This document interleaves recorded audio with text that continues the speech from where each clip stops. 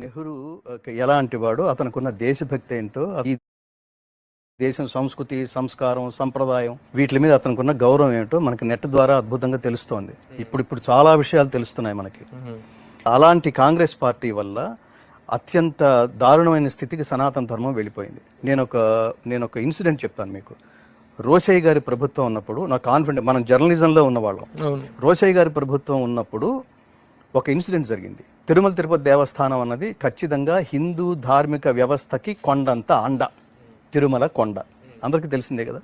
అందులో ప్రతి సంవత్సరము ఒక ధార్మిక సమ్మేళనం, ధార్మిక పరిషత్తు జరుగుతుంది. అందులో దేశానికి సంబంధించిన ప్రధానమైన స్వామీజీలందరినీ, పీఠాధిపతులందరినీ ఆహ్వానిస్తారు.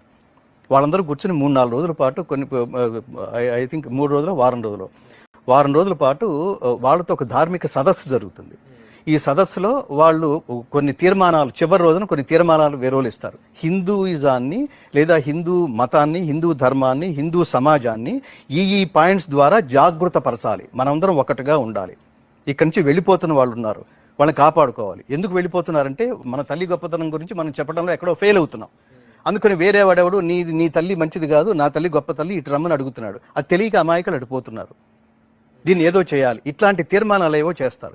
ఇది తెలుసుకుని కాంగ్రెస్ పార్టీ, అప్పుడు సోనియా గాంధీ అనే మహాతల్లి ఉంది. ఇది నేను పూర్తిగా హైందవ ధర్మ మార్గంలో నడుస్తున్నాను కాబట్టి నేను సూటిగా చెప్పగలుగుతున్నాను. ఆవిడ ఈ ధార్మిక పరిషత్తును క్యాన్సిల్ చేయండి అని చెప్పి అక్కడి నుంచి ఫోను.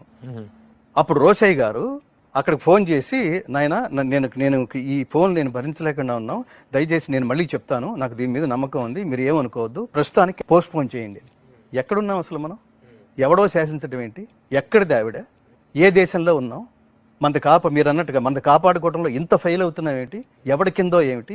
ఇదంతా తెలిస్తే కాంగ్రెస్ పార్టీ మీద మాలాంటి వాళ్ళకి ఏమి నమ్మకం ఉంటుంది? గౌరవం ఏమన్నా ఉంటుందా? నా తల్లిని అవమానపరుస్తున్నావు నువ్వు. ఏది నా దేశంలో ఉండి, నేను దేశభక్తుడిని, నేను ఆర్ఎస్ఎస్ బ్యాక్గ్రౌండ్ నుంచి వచ్చిన వాడిని. నేను ఏం చెప్తున్నానంటే, దాంతో కంపేర్ చేస్తే మోడీ కింగ్. ఎందుకంటే ఏ దేశంలో పరమ దేశభక్తుడు అతను, ఏ దేశంలో ఉన్నాడో అసలు ఫస్ట్ అతనికి ఉన్న క్వాలిఫికేషన్ ఈ దేశాన్ని ప్రేమిస్తాడు, నాకు అదే కావాలి. ఈ దేశాన్ని ప్రేమించడంతో పాటు ఈ దేశంలో ఉన్న జ్ఞాన సంపదని ప్రేమిస్తున్నాడు కావాలి.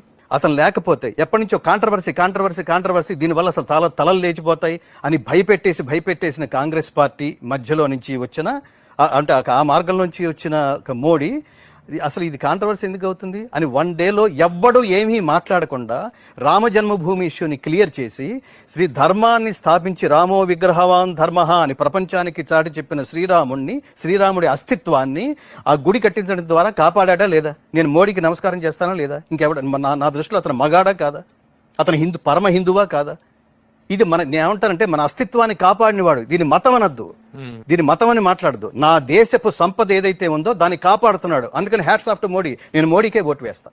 రెండోది, మోడీ కాకపోతే, ఆ ప్లేస్ లో మోడీ అనేవాడు కూర్చోకపోతే బీజేపీ అనేది తీసేయండి, నేను దాన్ని కూడా వివరణిస్తా.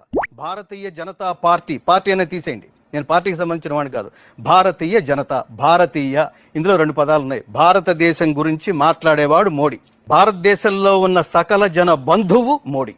అది నేను మాట్లాడతా. నేను కాంగ్రెస్ పరిపాలన కూడా చూశాను కదా. నేను ఇక్కడ వ్యక్తుల గురించి మాట్లాడట్లా.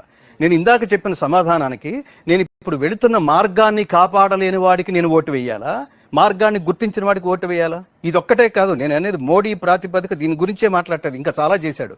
నేను అవన్నీ చెప్తే పార్టీ ప్రచారంకి బయలుదేరుతున్నట్టు ఉంటుంది. మోడీ కాకపోతే ఆఫ్టర్ ఆల్ ఒక సినిమా కూడా రిలీజ్ కాదు ప్రభు.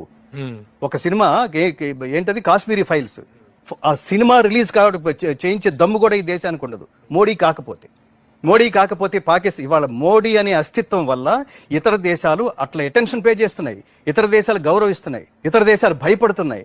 అయినా కూడా మోడీ ఎంత గొప్పవాడంటే, అయినా కూడా పాకిస్తాన్ ఇవాళ ఆహారానికో లేకపోతే ఇంకో రకంగానో కరోనా టైంలోనో ఇబ్బంది పడితే మళ్ళీ అతను మనిషిలాగా ప్రవర్తించాడు. అతను బీజేపీ అధినేతగా ప్రవర్తించలా, శత్రు దేశం అధ్యక్షుడిగా ప్రవర్తించలా. వాళ్ళకి కావాల్సిన ఇంజెక్షన్స్ వాళ్ళకి పంపించాడు, వాళ్ళకి కావాల్సిన వస్తువులు వాళ్ళకి పంపించాడు. కాంగ్రెస్ పార్టీకి నేను